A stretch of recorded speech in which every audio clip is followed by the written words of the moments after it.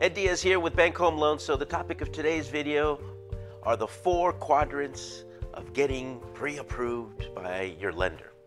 I call it the ACID test. A is for assets, C is for credit, I is for income, and D is for debts. Just think of it that way. So the ACID test. So when we're looking at assets, what are we looking at? We're looking at things that you have in your bank accounts, retirement accounts, and securities accounts, things like stocks and bonds. From there, we're going to find out how much money you have for both the down payment and closing costs. The combination of closing costs and your down payment is the term that we call cash to close. Keep in mind that every lender is going to look at where the money is coming from. Up to 100% of your down payment can come from a gift. However, banks do not like cash. For example, let's say you do have $10,000 in cash laying around in your house, and you decide that now you're going to go deposit it to go buy a house. If that deposit shows up on your bank statements, the lenders will not allow you to count it. Why? Because of so much money laundering happening out there. Okay, the next, credit. Credit scores. As you know, there's 3 credit reporting agencies, Equifax, Experian, and TransUnion.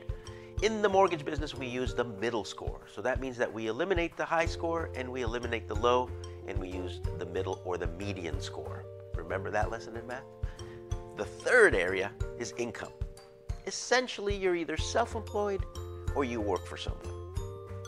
If you're self-employed, we have to do a 2-year average income analysis. We're really looking for cash flow of your tax returns. If you are a W-2 employee and you get pay stubs, then we're going to look at the gross monthly income. Now here's a little footnote. If you are getting overtime, bonuses, and or commissions, we also have to do a 2-year average of those. So it's not the one that shows up on your pay stub. The fourth and final area are debts or your liabilities. We look at credit reports. That's one of the reasons why we pull them. We want to see all the debts that you have, and we're going to take into consideration the minimum required monthly payment. So for example, let's say you have $10,000 in credit card debt, and your minimum payment is $125, but you're paying $400 because you want to get rid of that debt quicker. We're going to use the $125 a month that is required. So between your debts and your income, we're going to come up with a debt to income requirement.